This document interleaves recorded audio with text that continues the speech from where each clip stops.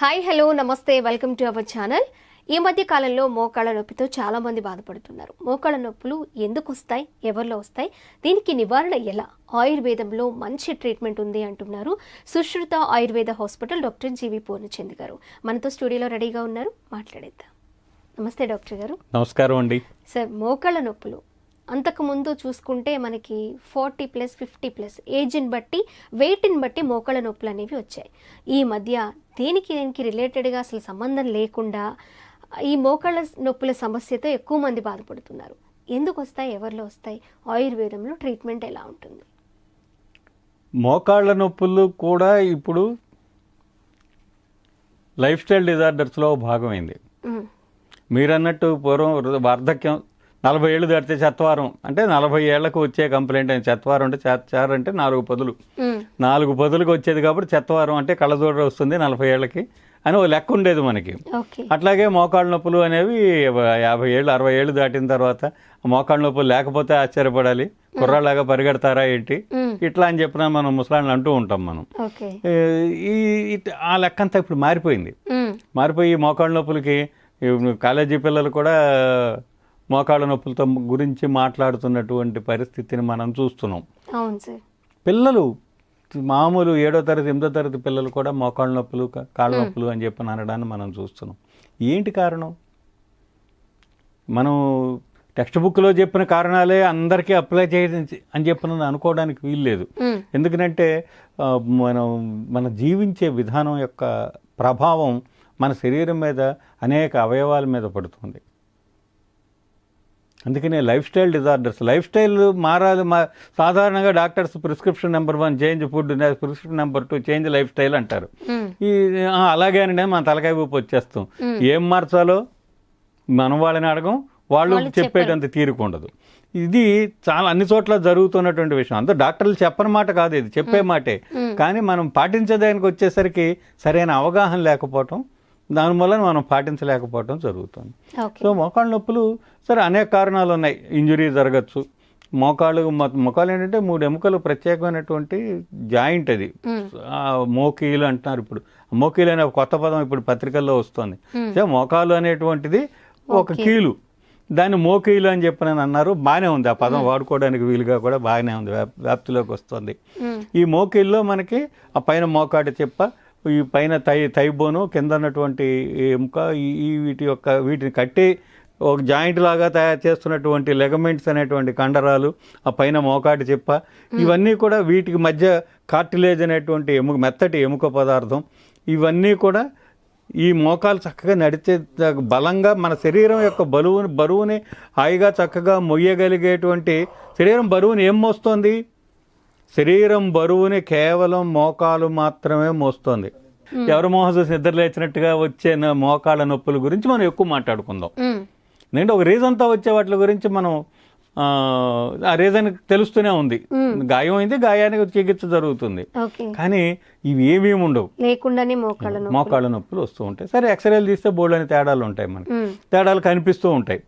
ఎక్స్రేలో పలానా తేడా ఉంది కాబట్టి ఇదిగో ఈ నొప్పి వచ్చింది అని చెప్పినని డాక్టర్లు ఎక్స్ప్లెయిన్ చేస్తారు. సో ఆ తేడాలు ఎందుకు వచ్చినాయి? ఏ దెబ్బలు తగలలేదే, మనకి ఏ యాక్సిడెంట్ అవ్వలేదే, ఎందుకు లోపల వాచిపోయింది, 2 ఎముకలు వాచిపోయినాయండి, లేకపోతే గ్యాప్ తగ్గిపోయిందండి, ఇట్లా మనకి వైద్యులు చెప్తారు కదా. ఎందుకు జరిగింది అట్లా వాచిపోవడానికి కారణం ఏమిటి? దీన్నే ఆర్థరైటిస్ అంటారు. ఇప్పటిదాకా మోకాళ్ళ నొప్పులు అంటే మోకాలకు మాత్రమే మన దృష్టి ఉంది, మోకాల మీద మాత్రమే ఉంది. ఎక్స్రేలు దానికి సంబంధించినవి, అసలు దానికి సంబంధమే ఉంటది అనుకుంటాము. వెయిట్ లేపితేనో, లేకపోతే ఎక్కువ దూరం నడిస్తేనో, ఏదో తగిలితేనో, ఈ కారణాలు ఏమీ లేకుండా వచ్చే మోకాళ్ళ నొప్పులకి అదే కదా సార్, దాని గురించి కూడా మనం ఆలోచించాలి కదా. అక్కడ ఆయుర్వేదం అనేది ప్రధానంగా ఒక నివారణోపాయంగా కనిపిస్తుంది. ఆయుర్వేదం ఏం చెప్తుందంటే ఇదంతా కూడాను మళ్ళీ మనిషి 3 తత్వాలు, శరీర తత్వాలు కలిగి ఉంటాడు. వాతతత్వం, పిత్తతత్వం, కఫతత్వం అని 3 రకాలుగా ఉంటారు.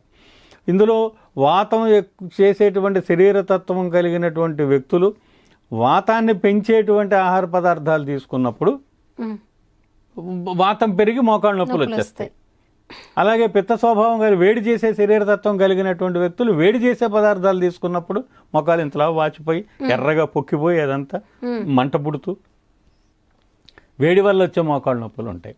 అలాగే శరీర తత్వం కలిగిన వాళ్ళకి అజీర్తిని కలిగించే ఆహార పదార్థాలు తీసుకున్నప్పుడు కఫ లక్షణాలు కనిపిస్తాయి. ఇట్లా మాకు ఆయుర్వేదంలో చాలా చెప్పాడు. ఇదంతా మనకి ఇప్పుడు సామాన్యుడికి కొంచెం ఎక్కువ సబ్జెక్ట్ అవుతుంది.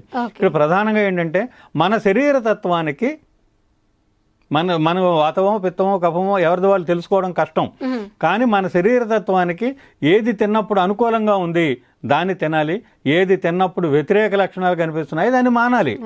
అట్లాగే ఏమవుతుందంటే అల్లం వెల్లుల్లి గ్రేవీ ఒకటి, చింతపండు గ్రేవీ ఒకటి, బాగా నూనెలు పోసి నూనెలో వేసి వేయించేటువంటి పదార్థాలు ఒకటి, ఇవి జీర్ణశక్తిని చంపి కీళ్ల నొప్పులు పెరగడానికి కారణం అవుతున్నాయి. లేకపోతే అల్లం వెల్లుల్లి కీళ్ల నొప్పులకు మందుగా పనిచేస్తాయి. అసలు నూనె నెయ్యి తినాలి. కీళ్ల నొప్పులు ఉన్న వ్యక్తులు, మోకాళ్ళ నొప్పులు ఉన్న వ్యక్తులు, నడుము నొప్పి ఉన్న వ్యక్తులు నెయ్యి వేసుకోవాలి, కానీ నెయ్యి పోసుకోకూడదు. అలాగే నూనె వేసుకోవాలి, నూనె పోసుకోకూడదు. అంటే ఔషధాన్ని ఔషధంగా, మన ఆహారాన్ని ఔషధంగా భావించుకుంటే ఈ ప్రాబ్లం రాదు మనకి. ఇలా కనుక మనం తీసుకుంటే మోకాళ్ళ నొప్పుల్లో చాలా చక్కటి ఇది మనకు వస్తుందన్నమాట. కూర్చుని ఉద్యోగం చేసేటువంటి వ్యక్తులు గంటకు ఒకసారైనా 4 అడుగులు నడవాలి. ఇది చాలా ముఖ్యమైన పాయింట్. భవిష్యత్తులో మోకాళ్ళ నొప్పులు రాకుండా ఉండాలంటే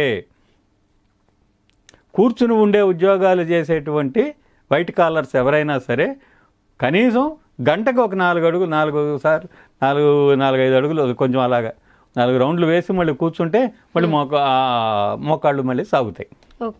తగినంత పొద్దున పూట సాయంత్రం పూట తగినంత వ్యాయామం మోకాళ్ళకి ఇవ్వటం, ఇవన్నీ మోకాడు చెప్పని మనం కాపాడుకోవడానికి మనం తీసుకోవాల్సిన జాగ్రత్తలు. వాతాన్ని పెంచకుండా ఉండాలి. రాత్రి 10 తర్వాత కీళ్ళ నొప్పులు, కాళ్ళ నొప్పులు, నడుము నొప్పితో బాధపడే వాళ్ళు ఓ పక్క నడుము నొప్పితో అమ్మో అయ్యో అనుకుంటూనే ఆ టీవీ గంటుకుని చూస్తూ కూర్చుంటారు. ఆ కూర్చోవడం అనేది విపరీతమైపోయి నడుము నొప్పికి కారణం అవుతుంది. లాంగ్ ఇది డ్యూరేషన్ కూర్చోవడం అనేటువంటిది, ఆ పోస్చర్ సరిగ్గా లేకపోవడం, ఆ కూర్చున్నటువంటి సీటింగ్ సరిగ్గా లేకపోవడం, ఇవన్నీ కారణం. ఇవేమి మేము మారవండి, మంది ఇవ్వండి చాలు. పేషెంట్ డాక్టర్ని అడిగేటువంటిది ప్రధానంగా ఏంటంటే చాలా కష్టాలన్నీ బోల్డంతసేపు చెప్తారు. వీడు కోరుకునేది ఏమిటంటే ఇప్పుడు మీరేమి చెప్పొద్దు, నాకు మంది ఇచ్చేసి తగ్గించేసేయండి, మళ్ళీ రాకూడదు. ఇది పేషెంట్ కోరిక అనమాట. కానీ అలా ఉండదు. ఎందుకంటే మనమే వాటిని పెంచి పోషిస్తున్నాము. మనం మారాలి. అదే చేంజ్ ఆఫ్ లైఫ్ స్టైల్ అంటే అర్థం. ఈ లైఫ్ స్టైల్లో అన్ని రకాల సమస్తమైన వ్యాధులకి గ్రామ్యాహారం కారణం అన్నాడు చరకుడు. గ్రామ్యాహారము అంటే అక్కడ ఆయన దృష్టిలో గ్రామం అంటే అడవిలో ఉండేవాడికి గ్రామం అనేది పెద్ద నాగరికత కదా. అంతే కదా. అడవిలో ఉండేవాడికి కందమూలాలు తినేటువంటి ఒక ఆటవికుడికి గ్రామం అనేది గొప్ప నాగరికత. అంటే నాగరిక భోజనము వ్యాధులకి కారణము అని చెప్పాడు. నాగరిక భోజనం అంటే ఏమిటి? ఇదిగో అల్లం వెల్లుల్లి మసాలాలు, ఆయిలీ ఫుడ్స్, స్పైసెస్, స్పైసెస్, రెస్టారెంట్లో భోజనం. అలాగే దుంపకూరలు భయంకరమైన వ్యాధులు తెచ్చేస్తాయి. దుంపకూరలు అక్కడికి దుంపకూరలు తినండి అంటూ ఉంటారు. హాయిగా దుంపకూరలు ఏమి చేయలే మోకాళ్ళ నొప్పులకి. మనవైన దుంపకూరలు, బంగాళదుంపలు మనవి కాదు, అవేవో తర్వాత అమెరికా నుంచి మనకు వచ్చినటువంటి అన్నీ ఏదో ఒక అపకారం చేసేవేనండి. మిరపకాయలు అక్కడి నుంచి వచ్చేవి, పొగాకు అక్కడి నుంచి వచ్చిందే మనకి. ఇవన్నీ ఆ పోర్చుగీసులు తీసుకొచ్చి మన నెత్తిన బాగా రుద్దారు. అర్థమైందా? ఇవన్నీ కూడా అంతా 150-200 ఏళ్ల దగ్గర నుంచి మనకు అలవాటైనటువంటి వస్తువులు. సో ఈ బంగాళదుంపలు కూడా అంతే. అది మన బంగాళదుంపలు లాంటివి జీర్ణశక్తిని చెడగొడతాయి. కానీ క్యారెట్, కీర, ముల్లంగి ఇవన్నీ బాగా ఆహార పీచు కలిగినటువంటి దుంపకూర, కంద, పెండలం ఇవి మోకాళ్ళ నొప్పులను తగ్గిస్తాయే కానీ పెంచవు. విరేచనం అయ్యేలాగా చేస్తాయి. విరేచనం అయిన రోజు మోకాళ్ళ నొప్పులు ఉండవు. అందుకని దుంపకూరల్ని చెడ్డగా మనం భావించక్కర్లేదు నొప్పులకి.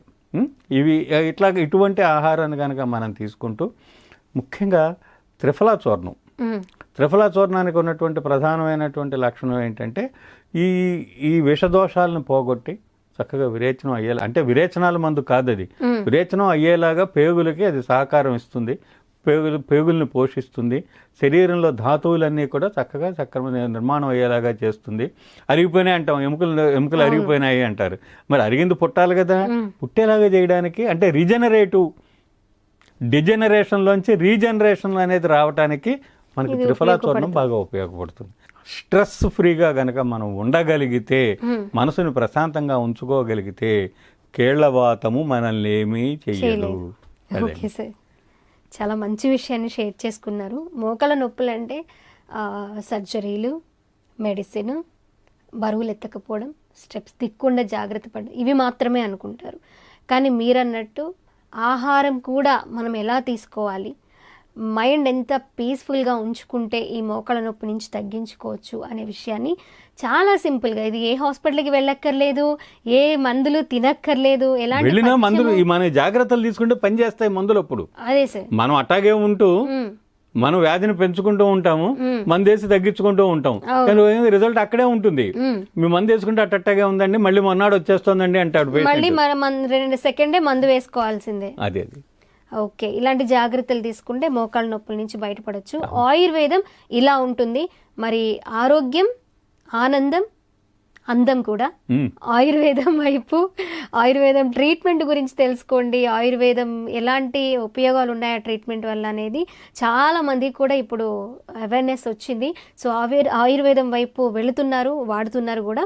మరి ఇప్పుడు సార్ చెప్పినట్లు ఇంకొన్ని విషయాలు మనం ఆయుర్వేదంలో ఎలా ఉంటాయి, ఆయుర్వేద వైద్యం ఎలా ఉంటుందనే వివరాలు తెలుసుకుందాం. Thank you.